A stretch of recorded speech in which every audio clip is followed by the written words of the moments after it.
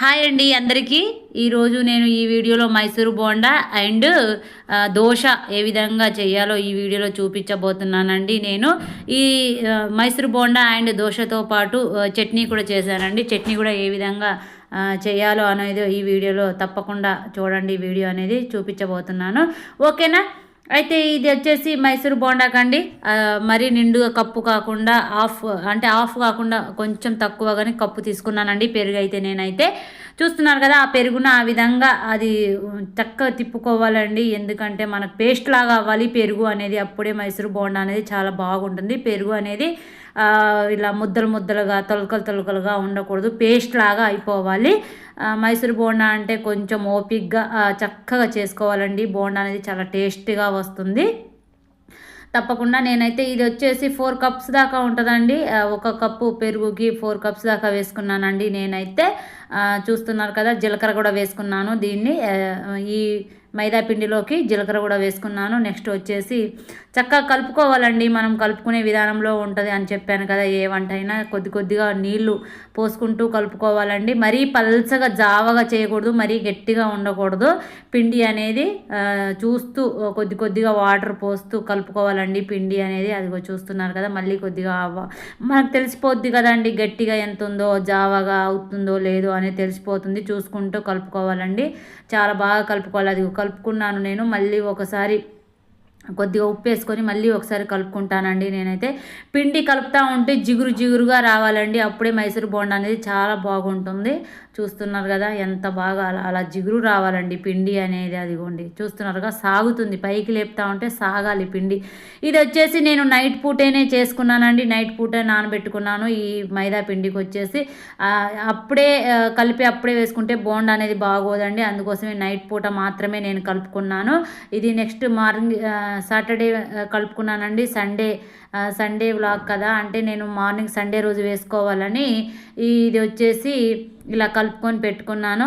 నేను వచ్చేసి ఇక మార్నింగ్ సండే రోజు కదా, ఇక సండే రోజు కొంచెం 2 రకాల టిఫిన్లు ఇద్దాంలే, పిల్లలు ఇంటికాడే ఉంటున్నారు కదా కొంచెం అని, మనకి స్కూల్కి పంపే పని లేదు కదా సండే రోజు. అందుకోసమే 2 రకాల టిఫిన్స్ వేశానండి ఈరోజు నేనైతే. చూస్తున్నారు కదా, ఒక ఐరన్ కళాయి పెట్టుకున్నానండి. దాంట్లోకి ఆయిల్ వేస్తున్నానండి. నేను ఆయిల్ అనేది కొంచెం ఎక్కువగానే వేయాలండి. ఎందుకంటే బోండా అనేది మనకి చిన్న పునుగుల్లాగా కాదండి. మైసూర్ బోండా అంటే పెద్దగానే ఉంటుంది. మైసూర్ బోండా పెద్ద సైజులోనే ఉంటుంది. హోటల్లో అయితే మరీ పెద్దగా ఉంటుంది. అండ్ నేనైతే మరీ చిన్నగా కాదు, మరీ పెద్దగా కూడా కాదండి. నేనైతే చక్కగా మీడియం సైజు వేసుకున్నాను మైసూర్ బోండా అనేది. చూస్తున్నారు కదా, నేను మాత్రం ఈరోజు ఈ వీడియోలో కనిపించడం లేదండి. ఎందుకంటే నేను యూనిఫామ్లో ఉన్నాను. మీకు అర్థమయ్యేపోయి ఉంటుందండి యూనిఫామ్ అంటే ఏమిటో. నైటీలో ఉన్నాను. ఇదిగోండి, ఈ మైసూర్ బోండా వచ్చేసి నేను వేళ్ళతో వేయట్లేదండి. వేళ్ళతో వేయకూడదండి. ఎందుకంటే ఇది మైసూర్ బోండా అనేది తిప్పి వేసుకోవాలండి. చెయ్యిని చూసాడు నా చెయ్యిని తిప్పుకొని ఉంది. వేలతో వేస్తే మైసూర్ బోండా రాదండి. అదిగోండి, ఇదేనండి చిట్కా. అస్సలు చిట్కా అంటే మైసూర్ బోండాకి ఇదేనండి. అదిగో చూస్తున్నారుగా, చెయ్యి తిప్పి వేసుకోవాలి. నా చెయ్యిని చూడండి మీరు, నా చెయ్యిని తిప్పి ఉంది. అలా వేసుకోవాలండి. మైసూర్ బోండా అనేది చక్కగా మనం గరిటెతో కలుపుకోవాలండి. ఎందుకంటే కిందనేమో ఎర్రగా పైననేమో తెల్లగా ఉంటుంది బోండా అనేది. అలా గరిటెతో కలుపుకోవాలండి. అప్పుడే గుండ్రగా కాలుతాయండి మైసూర్ బోండా అనేది. చాలా చాలా బాగుంటుందండి మైసూర్ బోండా. తప్పకుండా ట్రై చేయండి. ఇదిగోండి, ఈ విధంగా మైసూర్ బోండా రెడీ అయిపోయింది. నెక్స్ట్ వచ్చేసి మీకు దోశ ఏ విధంగా వేయాలో ఈ వీడియోలో చూపించబోతున్నాను అని చెప్పాను కదా. అదిగోండి దోశ ప్రాసెస్ మీకు తెలుసు కదండి. దోశకి కావాల్సినవి మినపప్పు, రేషన్ బియ్యం 2 కప్పులు, 1 కప్పు మినపప్పు అవన్నీ నానబెట్టుకొని చక్కగా గ్రైండర్లో పిండి పట్టుకొని, ఇది వచ్చేసి నేను ఈరోజు 2 రకాల టిఫిన్ అన్నా కదా. అదిగోండి, అయితే పెనం పెట్టుకున్నాను. కొంచెం ఆయిల్ వాటర్ చిలకరించాలండి. వాటర్ చిలకరించిన తర్వాత పెద్దలపై పట్టి రుద్దాలండి పెనం. చూశారు కదా, రుద్దాను. దోశ అనేది బాగా వస్తుందండి, విరిగిపోకుండా. అలా పెద్దలపైతో రుద్దుకుంటే దోశ అనేది చాలా చక్కగా వస్తుందండి. ఆంధ్ర భాషలో పెద్దలపై అంటారండి. తెలంగాణలో మాత్రం ఉల్లిగడ్డ అంటారండి, అందుకోసమే పెద్దుల్లిపాయ అంటున్నాను నేనైతే.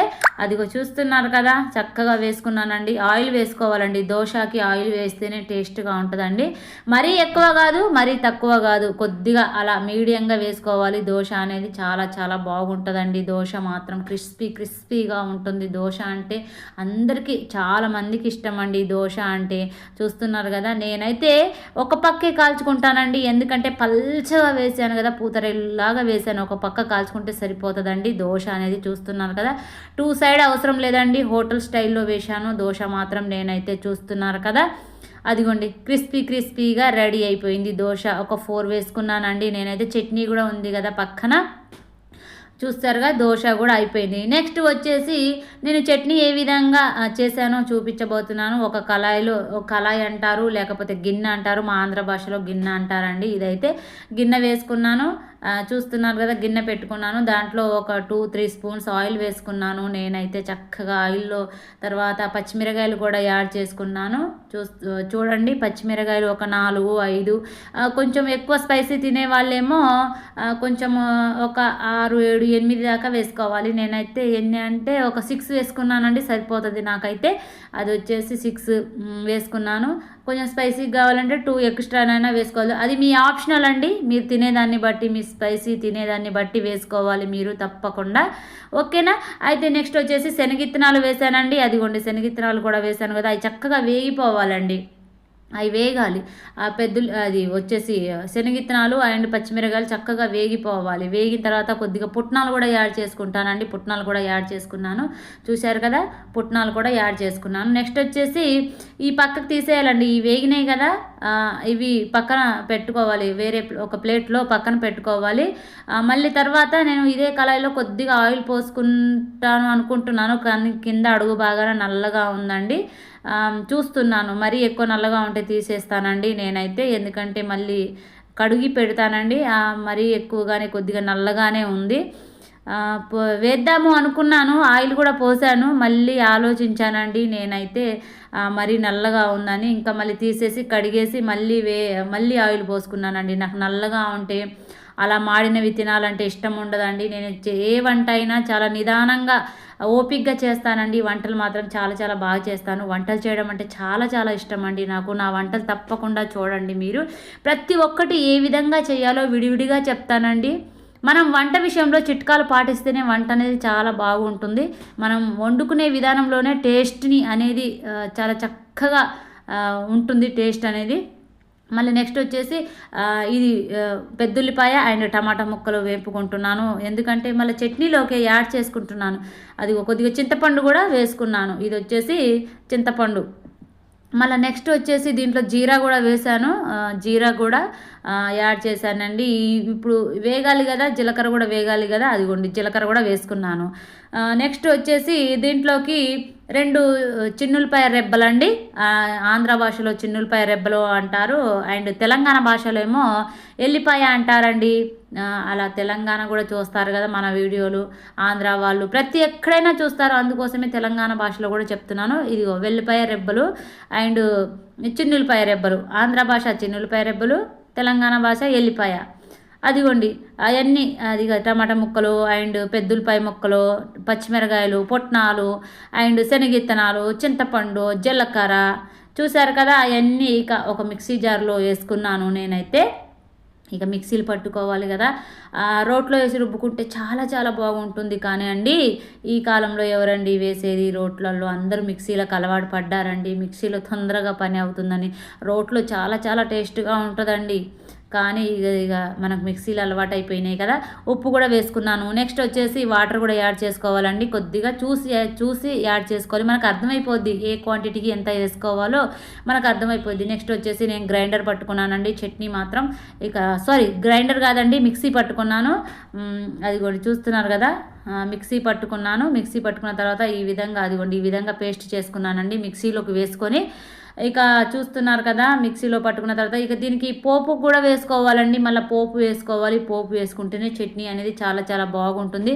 మనకు మెయిన్ ఇంగ్రీడియంట్స్ అంటే కరివేపాకు అండి. మనకు కరివేపాకు చాలా చాలా హెల్త్ కూడా మంచిది కదా, అందుకోసమే మనకి ఇక పోపు గింజలు కూడా వేసుకొని చక్కగా మళ్ళీ ఒక గిన్నె, ఇది వచ్చి చిన్నది బుడ్డ కళాయి అండి, చిన్న కళాయి పెట్టుకున్నాను, జీలకర్ర వేసుకున్నాను, తిరగమాత గింజలు వేసుకున్నాను, చూస్తున్నారు కదా తిరగమాత గింజలు కూడా వేసుకున్నాను.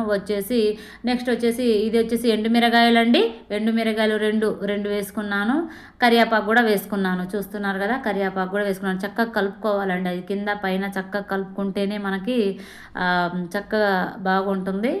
తప్పకుండా మీరు కూడా ట్రై చేస్తూనే ఉండండి, వంటలు ఇంట్లోనే చేయండి, టేస్ట్గా చేసుకొని తినండి.